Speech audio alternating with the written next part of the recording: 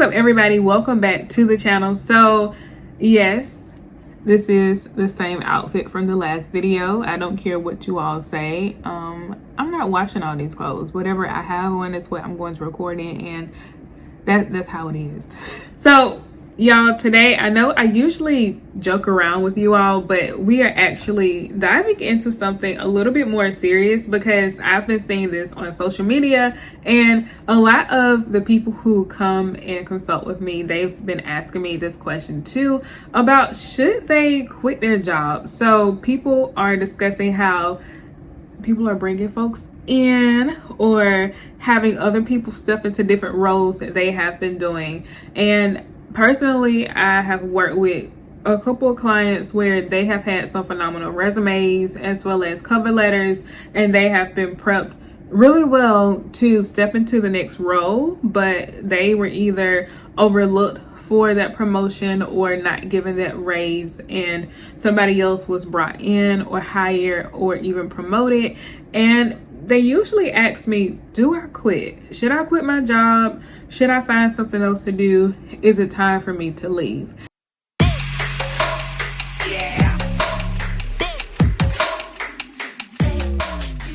What I usually tell them is two things to do before they decide to put in their 2 weeks notice.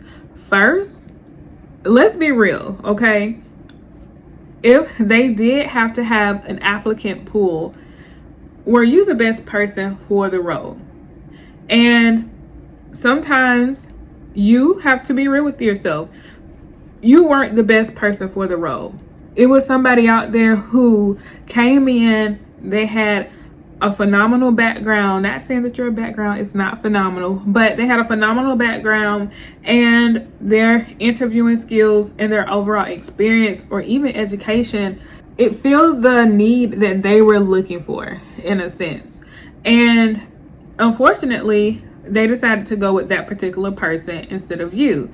Then you have those instances where they decided to hire somebody else for that role because they didn't see you in that role, even though you probably had been feeling in that role and probably know that role inside and out. And that's a different conversation. That's a different conversation. That's probably a conversation for this video, but we'll see if we get to it. But the first thing I always tell people to do is to first look and see who they hired and what was their experience and education background compared to yours, and to see if you compare them like apples to apples, who would have been best if you were to take a non-biased approach. The second thing I want you all to do, if you find yourself in this position, is to simply figure out before you quit, what are the benefits, okay? What are the benefits? I know I said this is going to be a more serious video, but in all honesty, what are the benefits of you leaving? If the job you currently have is paying off your student loans, providing an excellent 401k for you, or providing you other great benefits that if you were to leave, another job might not be able to accommodate, are you losing more out by leaving this company, or would you gain more from staying with this company? All right, so let's say you compare apples to apples when it comes down to the applicants, and you find out that the applicant that they hired, they're right here and you're right here, and so you were overly qualified, but because of whatever, they decided to go with the other person, and now you have to either train that person or work with somebody who has no idea what they're doing. They don't have the experience or the education level to even grasp the understanding of what they should do, where to get started, and all of that. If you figure that out, then it might be time for you to leave. I know I work with people all the time where they have been doing a position for years, and then the person retires, or it's time for them to fill said position, and then they usually go with the applicant who has probably little to no knowledge or lesser knowledge than the person who has been doing said position for years, and that person who has been in that role gets looked over, and they're told, okay, you know, maybe next time, but then they bring in somebody else new. Then they expect the person who has been doing everything all those years to go forth and train this person and to play nice with this person and to help this person out day in and day out, while this person has the title and the pay and everything goes to match, while this person only has just the knowledge and they're still stuck at said level. And then if that's the case, then it's time for you to leave. Now, when it comes down to the benefits part, if you, during your reflection, your evaluation, you figure out that you will be able to get the same benefits somewhere else,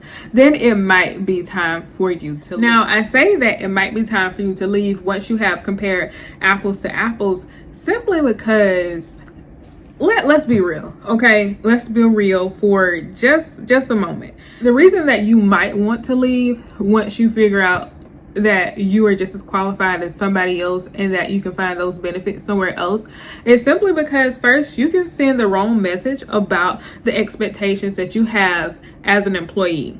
Essentially, you're sending the message that that company can take advantage of you and you're going to just sit there and take it. A lot of times we will see people who deserve these raises and deserve these promotions, and they would hire somebody else, they would give somebody else a raise, and you're like, this person, they barely show up. Like, they just got here 2 days ago and you're giving them a promotion or a raise, while this person is always here late at night, always ready to help people, always just, you know, a great employee, but you constantly look over them.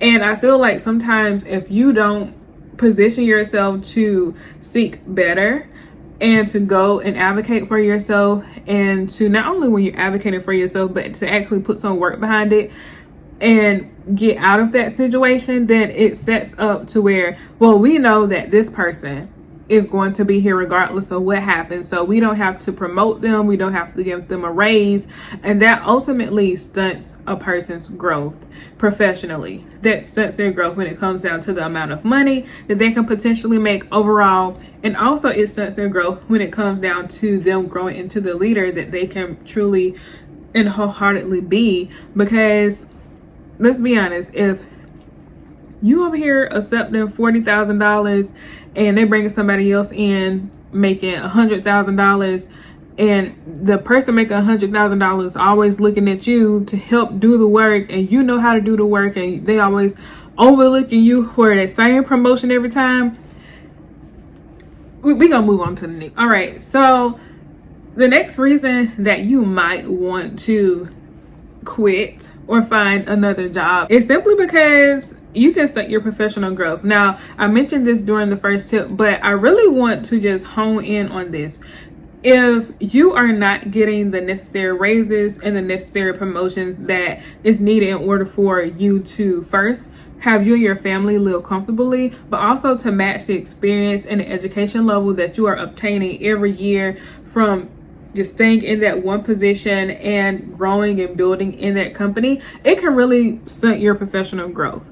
It can stunt your growth raise wise, because if you're here making $40,000 a year and then you can go to another company with the same knowledge that you have and make $80,000 a year, that's a $40,000 a year like loss.